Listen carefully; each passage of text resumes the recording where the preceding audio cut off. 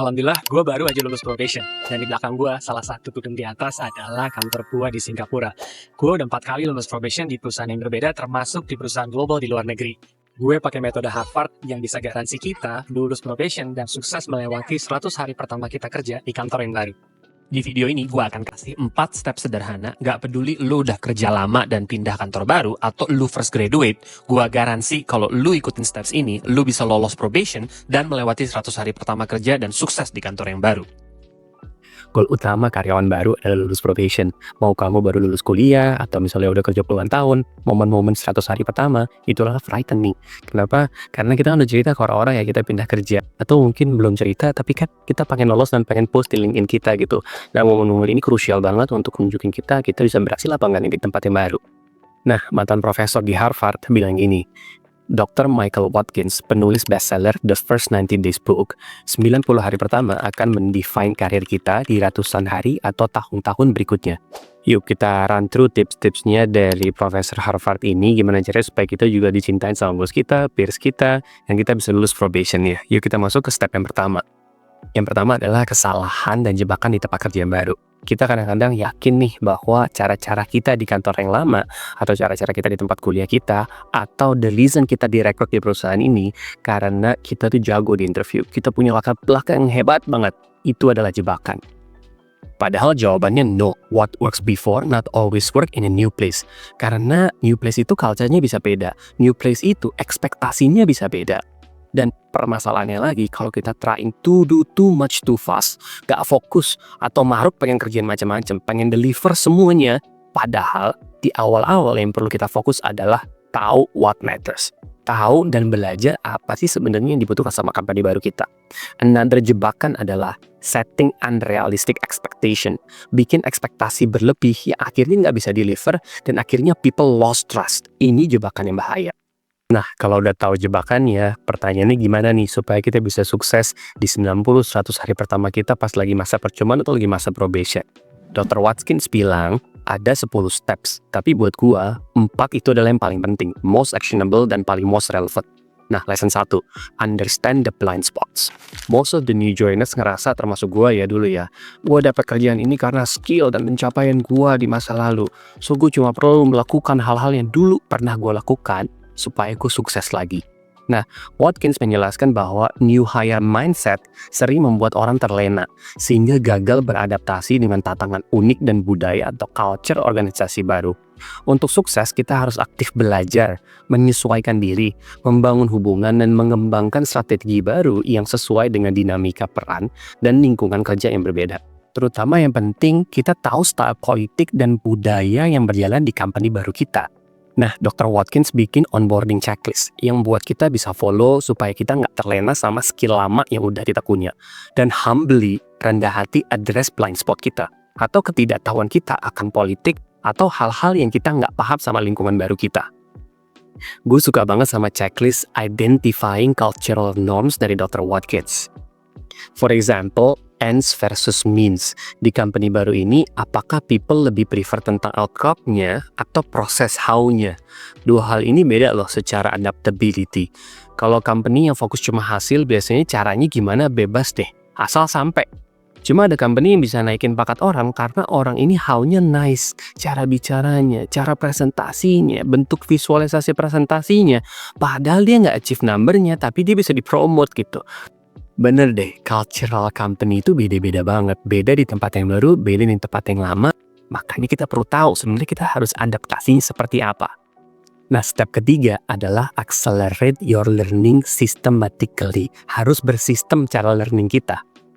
Problemnya di hari-hari awal pas kita belajar, kita bisa overwhelmed. Karena kebanyakan informasi yang kita ambil. Ketidaktahuan kita terlalu banyak. Dan informasi yang tim atau bos atau colleague kita kasih terlalu banyak. Kita harus tahu nih top 3 atau 5 area that we need to focus on. Nah, Dr. Watkins kasih framework learning agenda dengan list of standard questions yang perlu ditanya pas lagi onboarding process atau induction process. Nah, questions-nya dibagi antara questions about the past, about the present, and also about the future.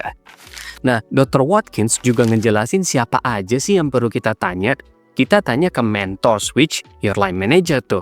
Berarti weekly call sama line manager tuh wajib harus punya. Terus frontline colleagues who work with external clients. Ketiga, project managers yang kerja sama banyak tim, yang kerja sama banyak orang juga. Nah, di step ketiga ini tentang learning, wajib kita negotiate win with our boss, with our line manager.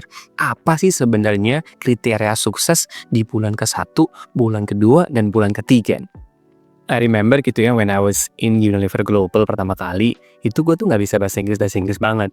Tapi alhamdulillah hampir setiap tahun tuh gue dapat promosi. Dan ya itu emang karena rezeki Allah ya. Cuman memang gue inget juga bahwa step gue ketika itu adalah gue clearly nanya apa sih sebenarnya harus gue deliver. Dan gue fokus untuk ke-deliver apa yang emang bos gue itu pengen minta dan expect dari gue. The difference was I negotiate my success. Gue bener-bener set right expectation-nya tuh yang dimauin sama company, bisnis sama bos gue apa gitu. Jadi ketika orang-orang lain batch gue tuh pada ngerjain macam-macam, gue ngikutin Dr. Watkins saja gitu. Bener-bener define little winning milestone that achievable. Coba deh pakai ChatGPT kamu buat define 30, 60, 90 days plan. Harus detail, harus achievable, dan quantifiable. Harus bisa dihitung, harus bisa diukur. Contoh ya kayak yang udah gue bikin nih misalnya. Dan lu harus pastiin bos lu agreed sama detail plan dan achievable yang tadi udah lo define itu di awal. Dan see this as a contract. Dan harus direvisit this religiously. Biar sama-sama inget dan memang ini udah di-agree dari awal gitu. Dan kita baiknya under promise and over delivered. Lagi di hari-hari awal kayak gini pas kita pertama kali kerja di kantor yang baru, mending under promise over delivered daripada the other way around gitu. Ya kalau kita bisa deliver lebih banyak bagus, tapi ideally kita perbanyak belajarnya, tahu apa culture dari company-nya daripada kebanyakan promised. Lesson keempat yang paling penting, Dr. Watkins bilang, kita wajib secure early wins dari kolega-kolega kita dan dari tim yang report ke kita. Ini penting, kadang-kadang kita suka lupa bahwa kita pleasing bos kita terus, nyenengin bos kita terus, tapi kita bikin kesel banyak orang di tim kita atau di kolega-kolega kita yang udah kerja lama di company ini. Kita lupa bahwa bos kita juga bakal nanya kita, review tentang performance kita dari kolega-kolega dan dari tim yang report ke kita. Nah, Dr. Watkins juga bilang, an early win is not necessarily tied to our core success metric since it's unrealistic to expect impact within first 90 days. For example ya, kalau kita orang sales buat achieve target di 90 hari pertama tuh lumayan susah, apalagi kita kan new misalnya di bidang yang baru ini. Instead, define an early win that help us build momentum right at the beginning. That set us up for future success. Karena first impression kita ke kolega kita, dari kolega-kolega kita itu penting banget. Kalau enggak, ntar kita nggak dibantuin loh kalau kita butuh sesuatu. Dan bos kita bakal nanya performance kita ke kolega-kolega kita, bukan dari kacamata dia aja. Balik lagi, misalnya kalau capai target susah, bisa nggak kita bikin sukses metric itu adalah approach to new potential customer, misalnya kalau kita orang sales. Bukan end goal-nya, tapi adalah show potensialnya. Ensure the prosesnya itu right. Ensure kita put effort untuk achieve itu. Nah, tips bonusnya adalah how are we judged?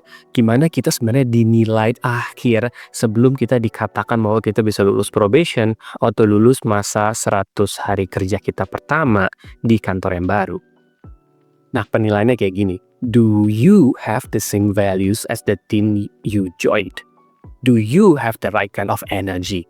Do you demand high levels of performance from yourself? Terus caranya secure-nya gimana? Caranya kita bertanya ke kolega kita dengan satu set of questions yang sama, supaya hipotesis kita tuh bisa works. Contoh, satu, ask thoughtful questions ke kolega kita, past, present, and future. Misalnya, challenge utama hari ini apa ya yang orang selalu ngomongin? Or misalnya, dulu kenapa kita bisa sukses ya? Apa yang dulu kita kerjain hari ini nggak dikerjain? Yang kedua, identify cultural norms. Misalnya, kalau di company ini orang sangat result oriented atau process oriented ya. Yang ketiga, make realistic commitment. Contohnya yang kayak tadi kita bahas ya, instead of achieve share gain or achieve sales in 3 months, bisa nggak kita define strategic roadmap-nya dulu untuk kita dapat share gain atau kita bisa achieve sales-nya. Nah, coba teman-teman lakukan 4 langkah tadi ketika di 100 hari pertama teman-teman kerja di tempat yang baru, di kantor yang baru. Alhamdulillah gue udah ngerasain 4 kali dalam 16 tahun pindah kerjaan baik di global atau di local company dan selalu sukses pakai caranya Dr. Watkins, pakai caranya Harvan. So kalau teman-teman menemukan manfaat dari video ini, please like and subscribe dan tolong komen juga memang kalau ada yang harus dirubah dari cara gue presentasi atau share pengalaman kerja gue ini. Nah, kalau teman-teman juga pengen tahu cara kerja di luar negeri, please klik video yang satu ini ya. Oke, sampai ketemu lagi. Ciao.